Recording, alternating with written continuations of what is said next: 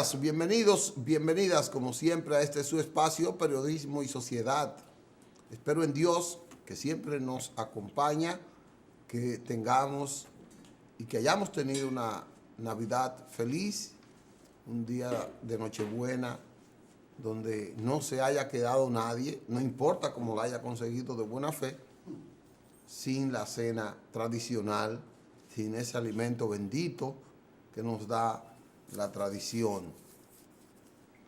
Esta Navidad de 2017 pues ha traído esperanzas, pero deja atrás muchos augurios y muchas penalidades, muchas penas que nosotros tenemos que pasar. Ya el pasado simplemente que nos sirva de referente, de punto de apoyo para un futuro mejor.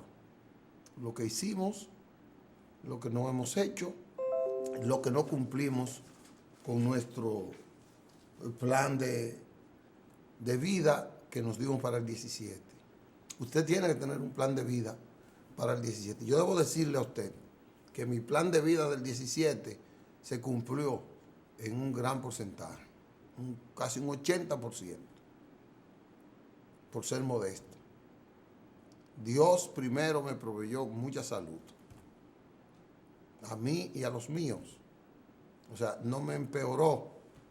Y si eso para mí es el mejor logro que Dios me haya podido dar.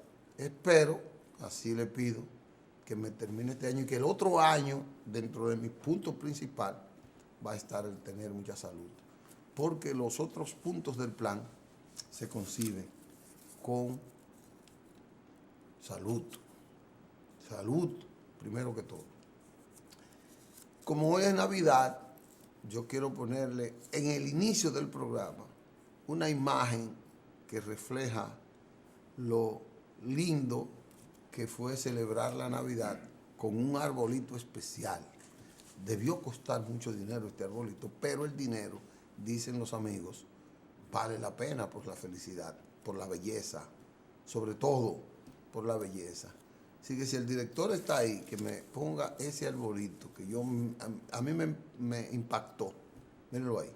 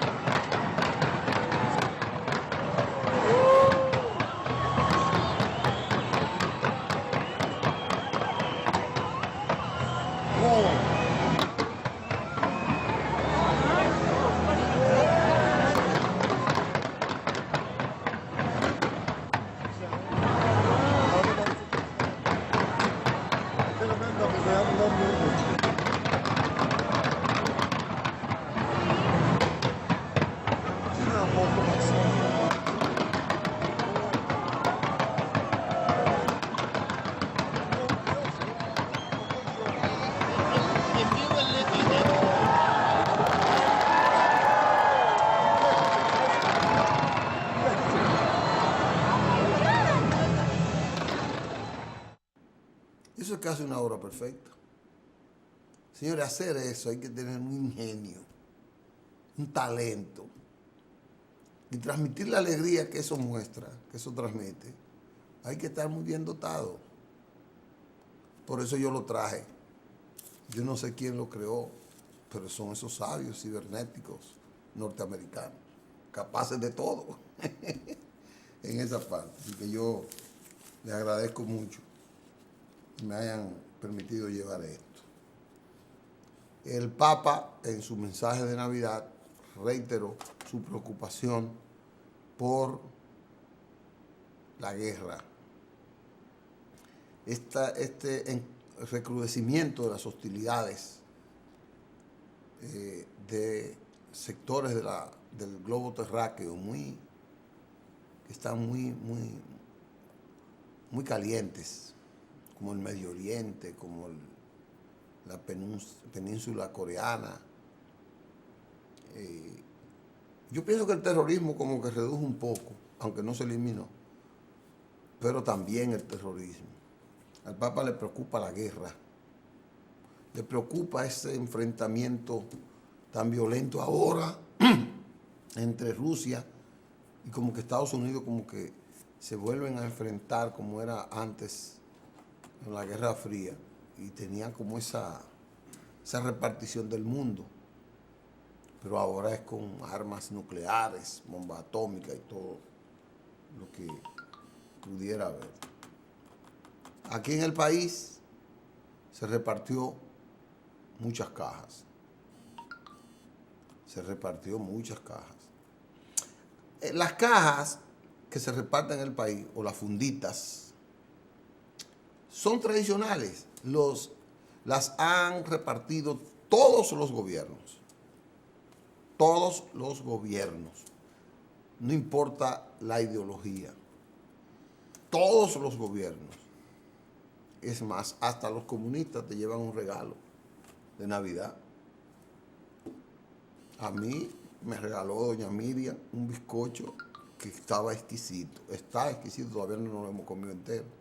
Y yo le agradezco a doña Miriam otro ese gran regalo que me hizo.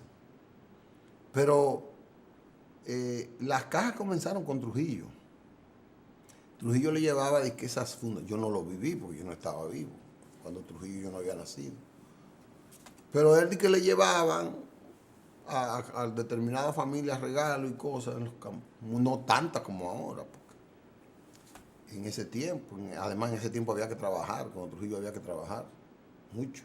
Pero él le llevaba a las ancianitas siempre que le llevaba un regalito de Navidad.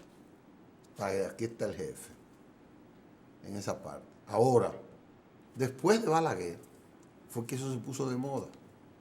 Con aquella organización no gubernamental o sin fines de lucro que dirigía doña Emma Balaguer de Vallejo, que era la hermana querida y más política del presidente Balaguer.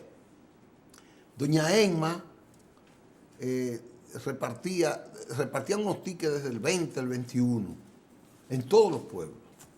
Pero en la capital se iban a todos los barrios populares y repartían esos tickets.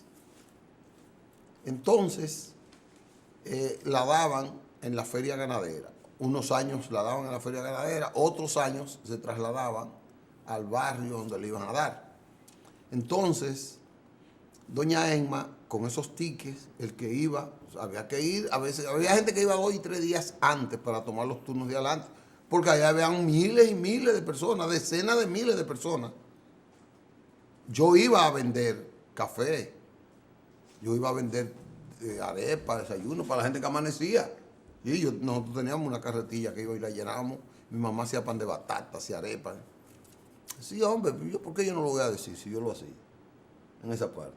Entonces nosotros nos íbamos a las 4 de la mañana y vendíamos jengibre, café, pan, arepa. Mamá hacía una arepa exquisita y nosotros, el hermano mío y yo, íbamos a acompañar a mamá. Y nosotros comíamos, nos ganábamos ahí lo de Navidad y lo de Año Nuevo. A veces nos ganábamos hasta la ropa de Reyes que nos hacían regalos. En esos días de sacrificio, 4 días generalmente era. Entonces nosotros, ahí iba mucha gente. Que resulta que después pierde Balaguer y gana el PRD. Y el PRD no se olvidó de eso, lo dio. Lo único que el PRD lo hacía como de otra manera. Para no ser fundita, daba saco o daba unas cajas. Y esas cajas, los de Balaguer eran fundas. Entonces el PRD lo metió en caja. Pero era lo mismo. Y lo llevaba. Entonces el PRD se lo daba a la gente así, igual, con tickets. Otras veces se la repartía a los dirigentes en los barrios y los dirigentes se los repartían. Pero con este problema, Balaguer se lo daba a todo el mundo. Para Balaguer no había problema ideológico y político. Pero con el PRD, entonces se lo daba a los dirigentes, como hace el PLD ahora. Y se lo dan nada más a los dirigentes que están en peores condiciones, pero del partido. Entonces, que los reformistas en ese tiempo habían disfrutado mucho. Entonces eso distorsionaba un poco la intención del presidente de turno, que decía que no, que eso era discriminatorio y como que no llegaba, la acción del Estado no llegaba a todos los que la necesitaran, porque los dirigentes tenían sus pobres favoritos y a veces ellos eran parte de esos pobres favoritos. Siempre se quedaba uno en la casa de ellos. Eso era en el PRD. Después volvió Balaguer y ya puso una distribución diferente. Puso su casa en la Máximo Gómez, pero también mandaba furgones a los barrios para que y no se concentraba tanta gente en la Máximo Gómez. Pero ahí yo le voy a poner ahorita unas fílmicas de cuando termine el comentario. Ahí había orden, porque había una fila custodiada por militares y la gente iba temprano y hacía su fila y no se metía la gente. O sea, la gente no quería entrar primero y después así, ¿no? Y en los barrios, eso sí, en los barrios cuando iban los furgones, mandaban 2 y 3 furgones a cada barrio, entonces la gente hacía 2 y 3 filas y le tocaba 2 y 3 veces. Eso era una cosa. Eso fue en el segundo periodo de Balaguer. Después vino el PLD y el PLD experimentó algo extraño. Daba los tickets y las cajas de noche, después de las 9, después de las 10 de la noche. Y la gente no se daba cuenta, pero al otro día aparecían las cajas en la casa de los PLDistas. Es decir, ellos los repartían en horas de medianoche, 11, 12, 1. Y ellos tenían sus favoritos. A ellos le pusieron los come solo, porque todo era para ellos. No, ahí no entraba nadie.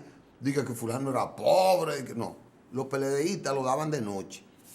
Hasta que como que en el primer periodo de Leonel Fernández fue ese. Después, pero oiga, continuó el mismo plan social. Ese de dar las cajas, la fundita, el PLD la daba en caja también, igual que el PRD. Después vino, bueno, el PLD, todo le ponía la cara a los presidentes. Cambió cuando llegó Hipólito. Siguió con el mismo programa, pero Hipólito la daba en cubeta. Una cubeta de esa, creo que de 5 galones. En unas cubetas blancas. Entonces la gente cogía su cubeta con lo que tenía adentro y la cubeta la dejaba para cargar agua después, para muchas cosas. Pero iba el mismo programa, Hipólito Mejía con el PRD, y daba todo, era una cubeta más grande que las otras. Tengo que ser sincero y tengo que ser honesto en este análisis. Es lo mismo. Entonces, pero la daban, Hipólito la distribuía entonces de esta manera. Le daba una cuota a los dirigentes del PRD para que se la dieran a sus seguidores. Le daba una gran cantidad a las iglesias para que las iglesias entonces lo hicieran, a las juntas de vecinos y a la gente vecina. La mayoría lo distribuían en las iglesias. Y también mandaba a los pueblos, a los campos, a los barrios. Y daban en los puntos así como en las plazas, de eso, por ejemplo, está donde Peña Gómez hacía los mítines y cosas, siempre mandaban un camión ahí y se repartía. Es decir, Hipólito tenía 3 líneas de distribución. Una que era los dirigentes para que no se le quejaran. La iglesia, Hipólito todo lo manejó con la iglesia. Siempre esa parte social la manejaba con la iglesia. Las monjas, etc. Y la parte para que el que no tocara con lo del PRD ni con la iglesia, le tocara en el pueblo. Había gente que tocaba más de uno así. Después llegó Leonel y como que el prurito como que le laceró un poco la crítica de que la daban de noche. Entonces ya comenzaron a darla con ticket y comenzaron a dársela a la iglesia, a algunas juntas de vecinos y a los dirigentes del PLD. Sí, la misma metodología que dejó Hipólito, pero ahora hacían más. Y Danilo ha seguido igual. El único problema de Leonel y Danilo es que hacía una parte, él se iba. Leonel decía, yo voy para Montecristi a repartir cajas. Entonces iban los camiones allá. Esa era la parte que él no le daba a la iglesia, ni la parte que le daba a los dirigentes, sino que el gobierno cogía gran parte y se iba a repartirlo. Entonces lo hacían, o él iba simbólicamente a un sitio Eso era Leonel Fernández. Nunca eso lo hizo ni Balaguer ni Hipólito, ni Jorge Blanco ni Guzmán, de que el presidente iba a dar una caja. Eso no lo hizo nadie. Eso lo estrenó Leonel Fernández. Se iba a Santiago y 20,000 gente en fila. Y él daba una, dos cajitas, se fotografiaba y se iba. Entonces, ¿qué resulta? Que eso como que acostumbró a la gente a que, bueno, nunca alcanzaban y se quedaban una gran parte, entonces rompió como el protocolo de que todo el mundo tenía un ticket y solo iba el que tenía ticket, o iba a la iglesia y el padre al que no le daba le decía, déjame ver si consigo más. Entonces rompió el orden. Y en los campos comenzó con Leonel Fernández en el 2004 este desorden terrible que se hace en los campos cuando van a dar las cajas. Entonces, Leonel, ¿qué hacía? ¿Qué inauguró? Eso también lo inauguró Hipólito, con los gobernadores. Si la parte que daba el gobierno, la daban con los gobernadores. Entonces, los gobernadores hacían lo mismo. Una fila, un mojoto. En todos los sitios se armaba este lío que yo le voy a presentar ahora. Si el director lo tiene, la fírmica, que me la ponga. Porque eso, en los últimos 10 años es que está pasando eso. Y eso está porque el gobierno tiene un mal método, entiendo yo. Mire que yo le he descrito que todos los presidentes lo han hecho, pero metodologías diferentes, con matices diferentes. Entonces esto no se ve. Miren esto, miren esto.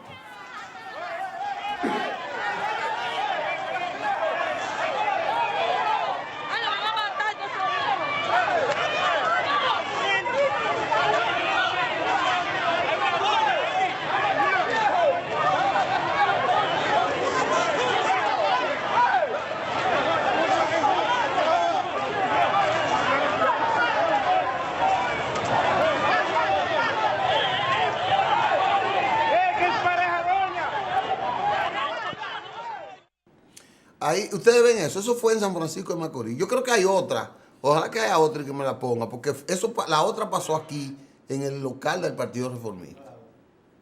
La otra. Yo estuve ahí y yo lo grabé. Y eso me dio a mí escalofrío. Yo salí a grabarlo. Primero fue un acto, Balaguer siempre lo ha dado. Reyes y esas cosas. Recuerden que Balaguer decía, muñecas y bicicletas. Balaguer daba muñecas y bicicletas. Daba de todo. ¿Está el otro video ahí? Pónmelo, hágame el favor.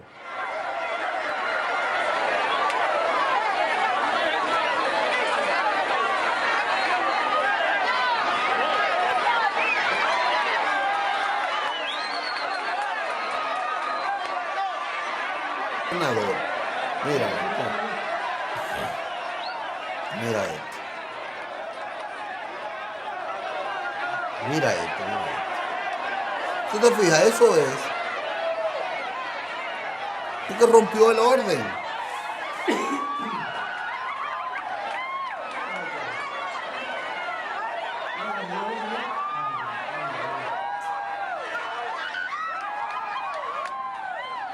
Bueno, ya está bien. Bájame aquí. Miren, ¿usted sabe lo que me indignó de eso a mí? Eso lo indigna a cualquiera y cosas. Y yo le dije que yo me ganaba mi comida ahí. No en esas cosas, sino en las que hacía Balaguer. Porque yo después de que Balaguer dejó, pues ya yo pasé a... Ya yo fui empleado. Yo trabajaba en un periódico. Yo trabajaba como corrector de estilo y distribuidor de un periódico. Llamaba La Voz del Pueblo. 76, 77. Que era de don Marcio Mejía Ricard. Yo me levantaba a las 9 de la noche. A las 8 de la noche entraba y terminábamos a las 1, a las 12. Se imprimía el periódico y a las 3 yo salía en una bicicleta a distribuir el periódico hasta las 7 de la mañana. Después yo me iba a hacer otro trabajo, me iba a mis estudios, que estudiaba en ese tiempo. Miren, a mí me llamó una periodista argentina que vio eso. Eso para mí fue como un golpe. Yo no fui el culpable, yo no organicé eso. Pero cuando esa periodista me llamó, me dijo, mire, a mí y me mandó, eso me lo mandó ella, eso me lo mandó ella, de Argentina. Me dijo, aquí estamos pasando esto, porque esto no puede pasar. Esto no puede ser en un país que dice que crece 4 y 5% en los últimos 20 años. Explícame qué es lo que está pasando. Yo sé que están metidos en Odebrecht. Yo sé que están metidos en otras cosas. Pero eso no puede ser el espejo, señores, en Argentina. Ches, ¿qué es lo que pasa, Ches? Me dice. La periodista se llama, a ver si cómo dicen el nombre. Vamos a ver si le consigo el nombre para que ustedes vean cómo esa muchacha, y ella quiere, yo me he abstenido para darle. Ella se llama Marcela Matieski. Un nombre así, usted ve. Matieski es como francés o argentino. Yo digo, argentino y francés no hay mucha diferencia entre Argentina y... Porque dicen los argentinos que yo creo que no son americanos. Ella no me está oyendo en este momento. Porque los argentinos no son americanos. Marcela Raskin se llama ella. Y cuando esa mujer me mandó eso, ella vive en Buenos Aires, me dijo, yo trabajo aquí en un periódico y trabajo para un programa de local, de televisión local, regional. Y yo le dije, bueno, eso ocurre aquí, le hice la historia. Esta historia que yo le estoy diciendo a ustedes, se la narré yo a ella. Porque yo no voy a venir de mezquino de que esto es culpa de Danilo. Porque yo no soy objetivo. Ahora, ¿cuál es el problema? Que eso continúe y que eso provoque... Hay 1000 maneras que el Estado puede auxiliar, pues yo creo que sí, que hay gente que no encuentra la Navidad. Hay 1000 formas que el gobierno puede ir en auxilio de esa gente sin tener que provocar ese molote, ese desorden. Hay muchas maneras de hacerlo. Y yo llamo al presidente, al plan social, porque ese espectáculo que se da ahí, eso es vergonzoso. A pesar de que es vergonzoso la miseria que tiene la gente, es vergonzoso ese espectáculo. Porque la miseria no se va a romper por ese espectáculo. Y eso a quien más daño le hace es al gobierno. Al país le hace daño, pero al gobierno le hace más. Eso evidencia incapacidad del gobierno. Eso es incapacidad. Se lo digo con toda la franqueza. Eso no puede ser transmitido así, trasladado así, repartido así. Hay 1000 maneras que se pueden hacer. Yo sé cómo. Dénselo a la iglesia, igual que en la iglesia no se arma eso. Y van donde los pobres la iglesia. Los curas no se la cogen para ellos. Si es verdad que queremos resolver el problema, dejen de hacer politiquería, porque todos los presidentes lo han hecho. Doña Emma lo hacía para hacer politiquería con la Cruzada del Amor. Y todos lo han hecho así. Un día frenemos la politiquería con la miseria. Porque eso es jugar con la miseria. Eso es hacer política con la miseria. Y eso le hace más daño a quien la hace que a quien lo recibe. Yo creo que el presidente Medina, y yo esperaba que Leonel Fernández no hiciera eso. El doctor Peña Gómez me hizo cuando estaba tomando posesión, estuve de 4 o 5 personas que estuvimos con el doctor Peña Gómez, yo estaba. El doctor Peña Gómez escuchó a Leonel Fernández y dijo, este muchacho, este joven puede salir bueno. Hay que tener a quien había derrotado él, un hombre con una nobleza extraordinaria, dijo a Leonel. Lo estaba diciendo ahí. Este muchacho tenemos que apoyarlo porque este muchacho debe ser, es nuevo, no tiene experiencia, pero puede ser algo diferente. Fue diferente, sí. Totalmente diferente. Yo pensaba que eso no lo iba a hacer en algunas cosas. Ya me dicen que tenemos que ir a una pausa porque cogimos el tema para largo. Pero yo quería como tirar eso para que la gente vea que no, que eso no podía ser. No puede ser. Debemos detenerlo. Vamos a una pausa.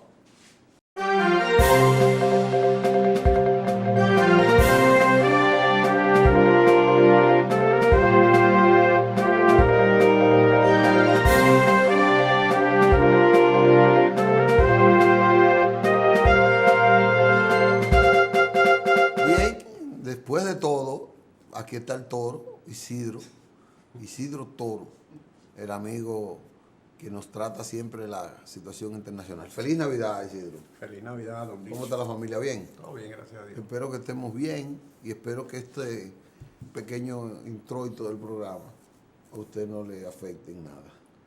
lo de las cajas. Sí. Bueno, eso lo que coloca son señales todavía del subdesarrollo. Hispanoamérica en general todavía no ha llegado a estadios ¿Hay superiores. otros países que hacen eso? Sí, seguro, de una u otra forma. Hay otros que son peores, le dan un carnet a la gente para que vaya a retirar la caja o lo que sea en algún sitio, y si no van con ese carnet no hay nada.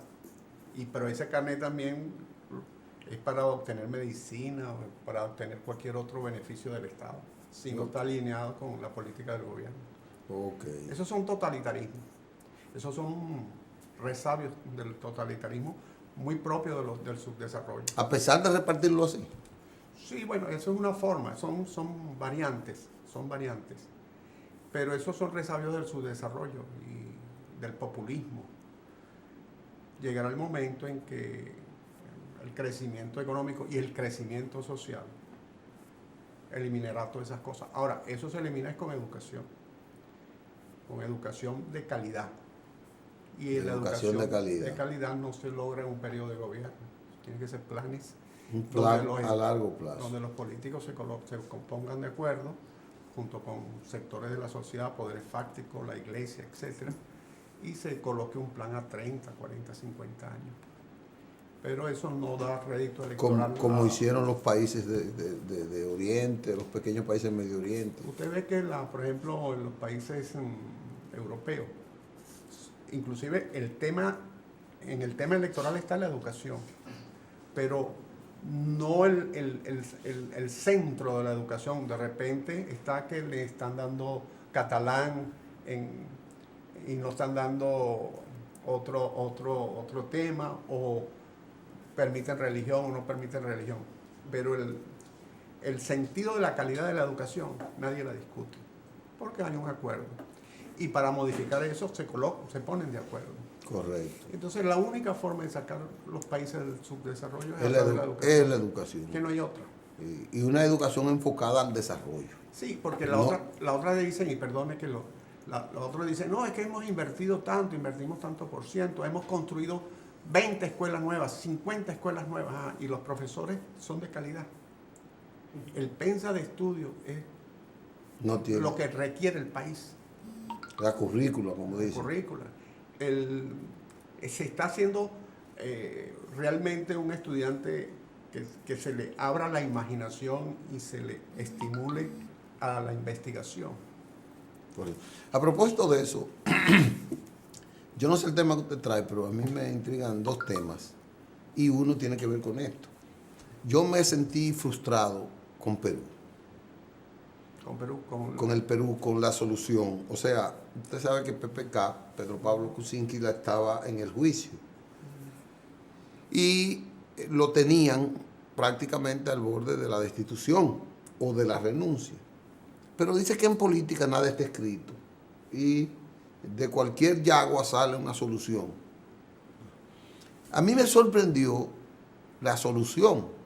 ¿Cómo es posible que este hombre que tiene 95 votos en contra frente a 38 a favor, creo que era 37, de repente solo 19 votan por la destitución de este hombre?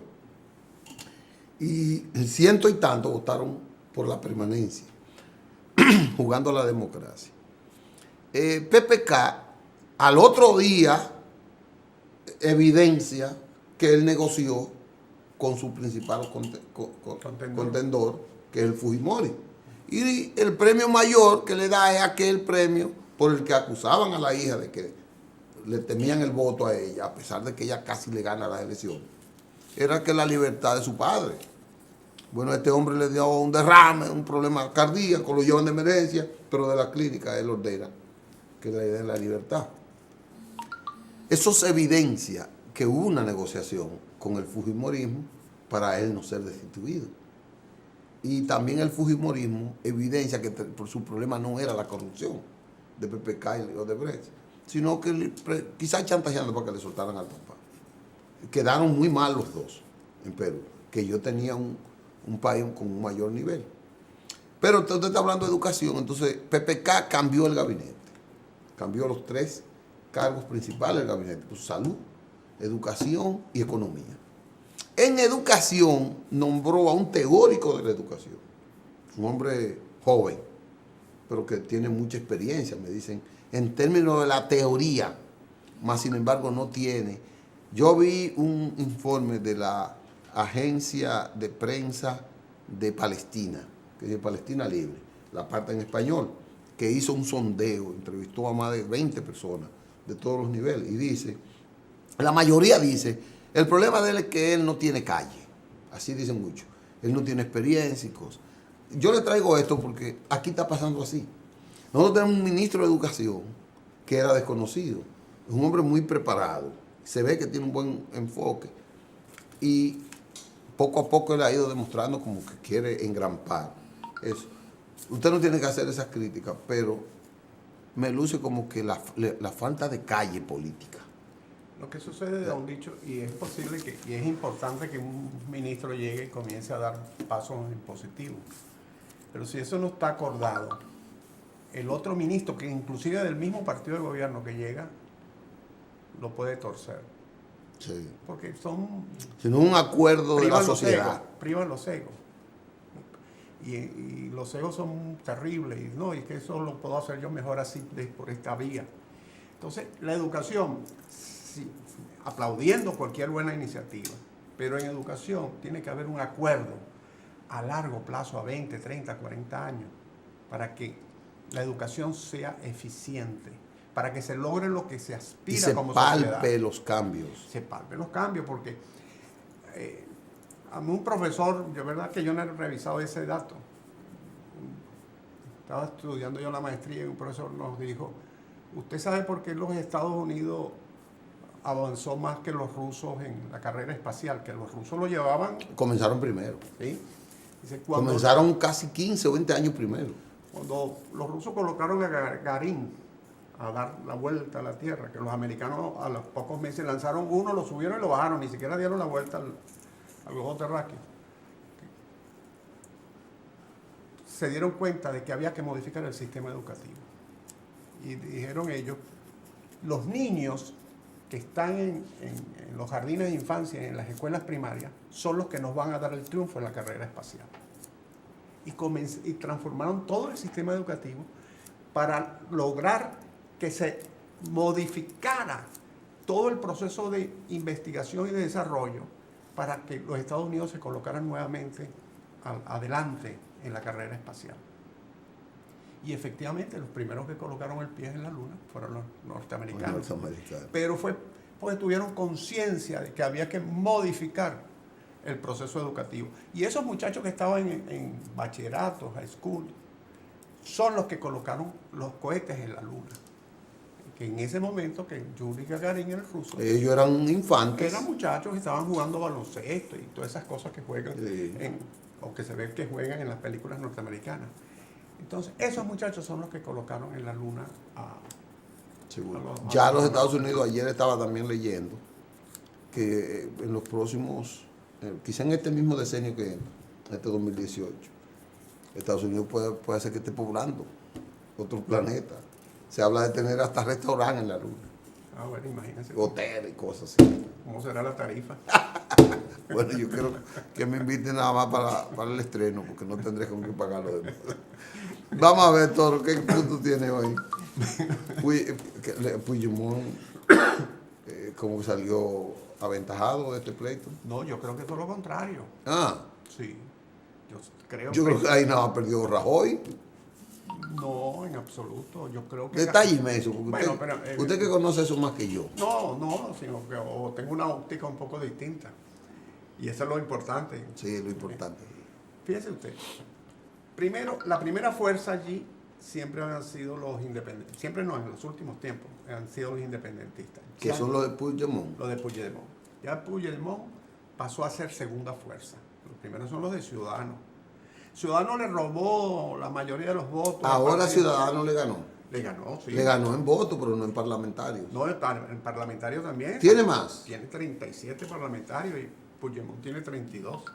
Lo que sucede es que las fuerzas independentistas unidas ganan ahora estaban ganando por 2 votos, ahora creo que ganan por 1, porque el Partido Popular le asignaron ayer un diputado gracias a los votos del ultramar, Ok. los votos que vienen de México, Venezuela, de Colombia, que hay muchos Catalanes. españoles y catalanes en particular, le dieron un diputado más al Partido Popular. Ok. Por otro lado, Puigdemont no pierde, si regresa a España lo meten preso. Si regresa a España. Y no será eso ¿por qué? Porque tiene una sentencia del tribunal por Sí, rebelión, sí, etcétera, sí, etcétera. sí, ya sé.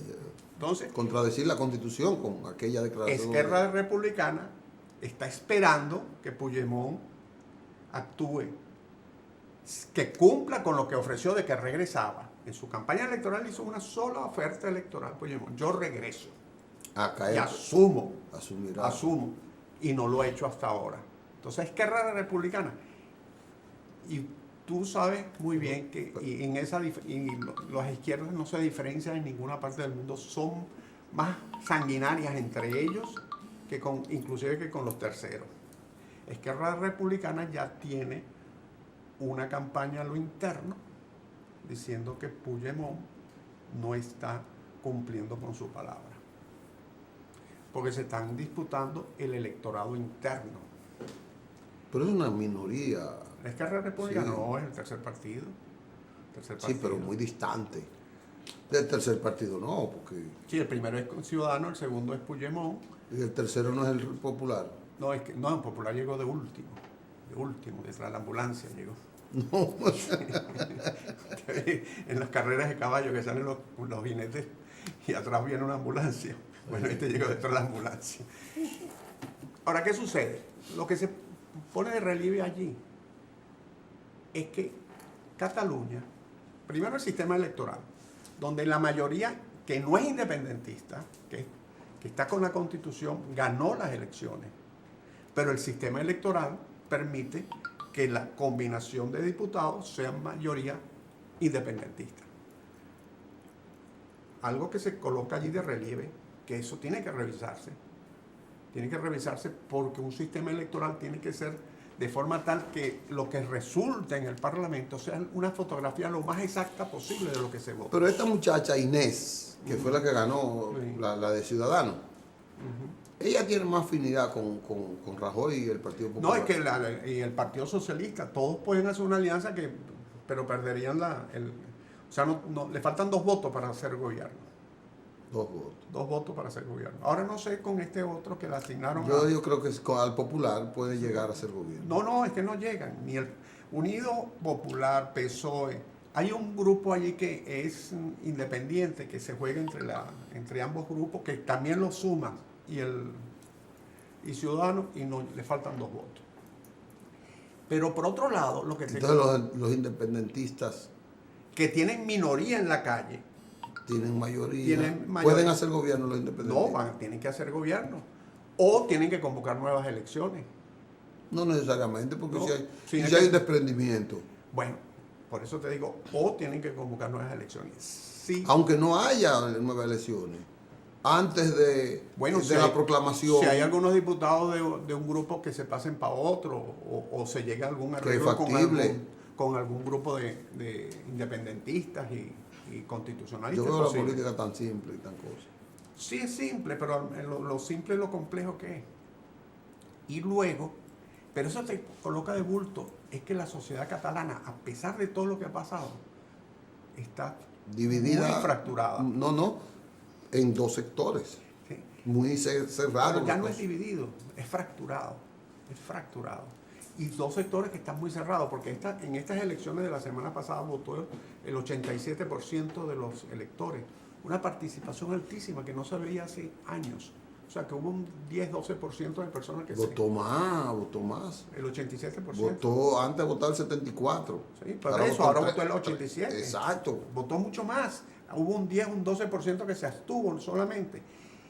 Eso es récord casi para todos los Y ese Europa. 87%, hay un 51% que está con la Constitución, vamos a decirle, y un 49%. Con los republicanos.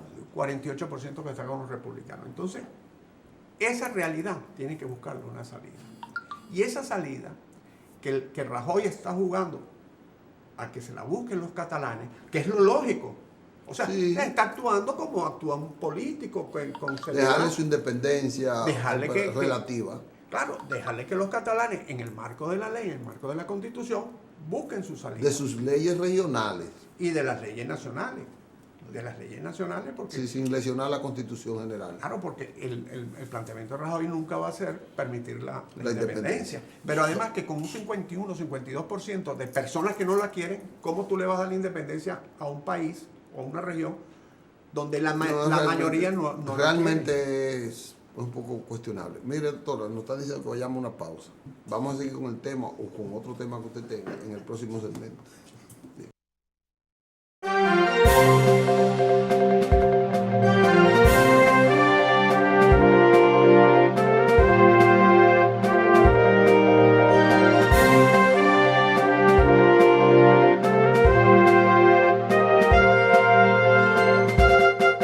Regresamos con ustedes y el señor Isidro Toro está en el ámbito internacional dándonos algunas pinceladas.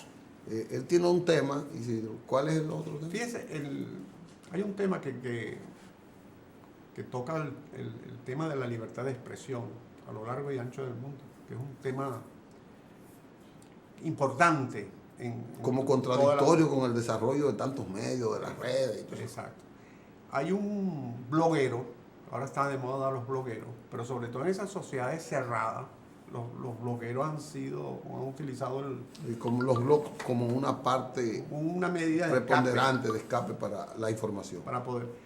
Un bloguero llamado Wu Gan en China, que el 25 de diciembre fue condenado a 8 años de cárcel solamente por mantener un blog de oposición a la política del gobierno chino. 8 años de cárcel. Se le acusa.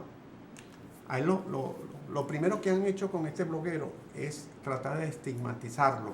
Lo llaman el supercarnicero vulgar.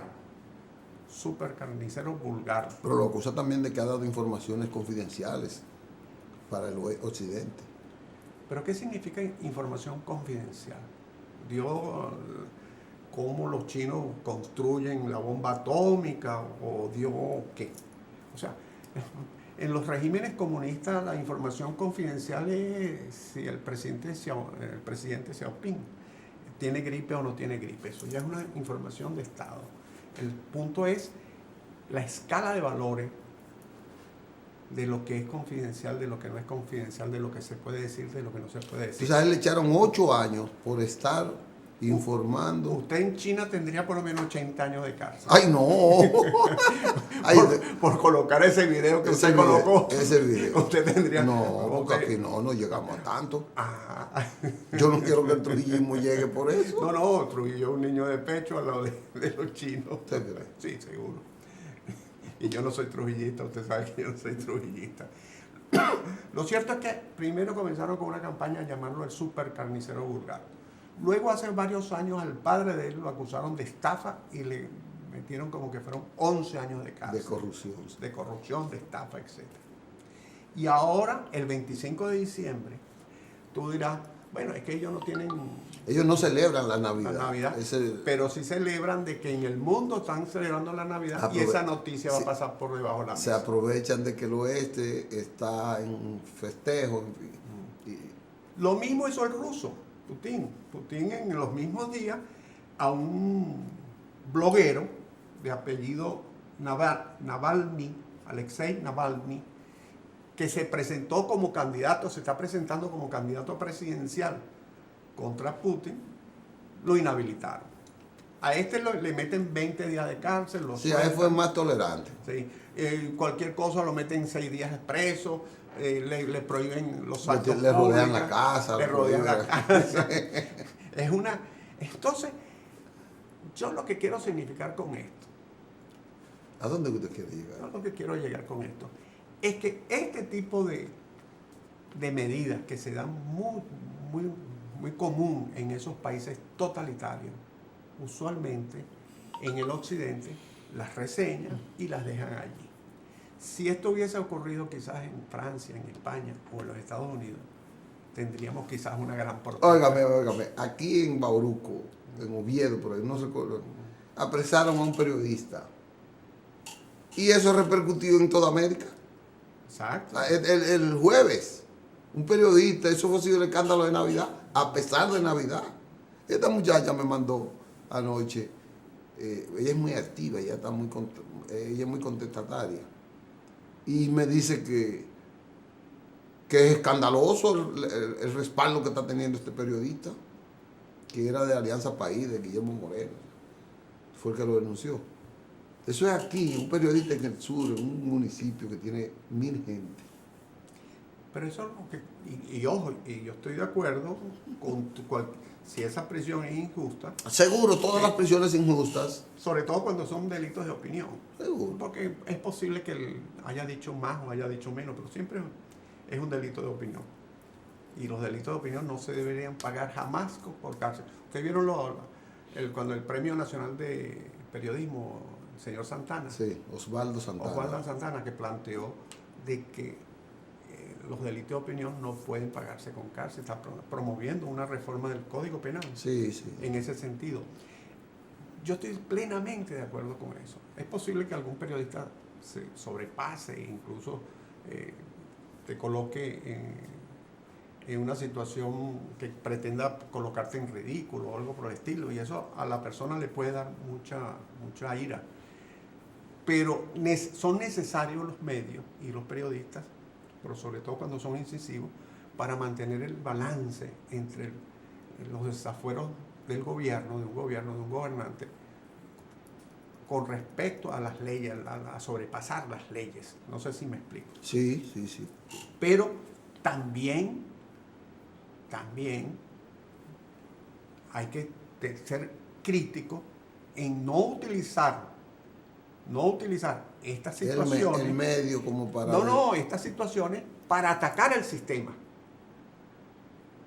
Y estas como las del chino Bugwan o la del ruso Navalny, para pasarlas bajo la mesa o no hacer mayor aspaviento, porque aquellos son regímenes pseudocomunistas o pseudoizquierdistas. Son izquierdistas. El de Rusia y el de... Bueno, yo creo que el de China es lo más parecido a Hitler en la época moderna. No, usted es anticomunista, parece. No, yo no soy anticomunista, yo lo que soy es una persona equilibrada. Pero con Hitler no.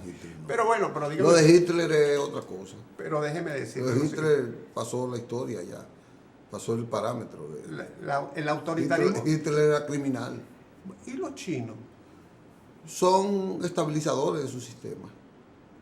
Así a todo el que mete en un campo de concentración por loco, ese está en un enfermo mental, porque está en contra. La Siberia, por ahí. Esos son los rusos, nos mandan para Siberia y los chinos. ¿Y usted cree que en esa China, que es tan grande, en esos pueblitos, cuántos desmanes no se cometerán y no pasa nada? Además, Hitler, fíjense ustedes una cosa, Hitler tenía, inclusive, perdiendo la guerra, tenía una economía todavía floreciente, controlada por el Estado. Eran privados, controlados por el Estado. ¿Cuál es el éxito del capitalismo chino? El éxito del capitalismo chino es que es controlado por el Estado, pero son particulares. Sí. En Alemania no se podía disentir. Se puede disentir. Cuando Hitler, sí. No se podía disentir. Se puede disentir en China. En Alemania tenía campos de concentración. Vaya usted a ver... Recuérdese la lucha de los estudiantes en Tiananmen. Claro. Vaya usted a ver los campos de concentración que existen adentro de China, que nadie sabe, porque eso es muy grande. O sea, por supuesto, no tendrán cámaras de gases y cosas de esas, ¿no? Sí. Pero la gente deja de comer, la gente se recibe un virus, se infecta por un virus y se muere. Tiene un pensamiento. A propósito de los chinos, ese es el comunismo más raro, que está medio en el relumbrón. Ayer China inauguró un puente transparente, el puente más largo del mundo, de forma transparente. Es un puente, creo que tiene 500 metros. Ellos tenían uno de 300 y algo, donde la gente, es transparente. Usted ve el fondo, ve para todos los lados. El puente más largo, de forma transparente, colgado de dos Son puentes colgantes. Son puentes colgantes, pero se lo abrieron ayer a 3.000 turistas para eso.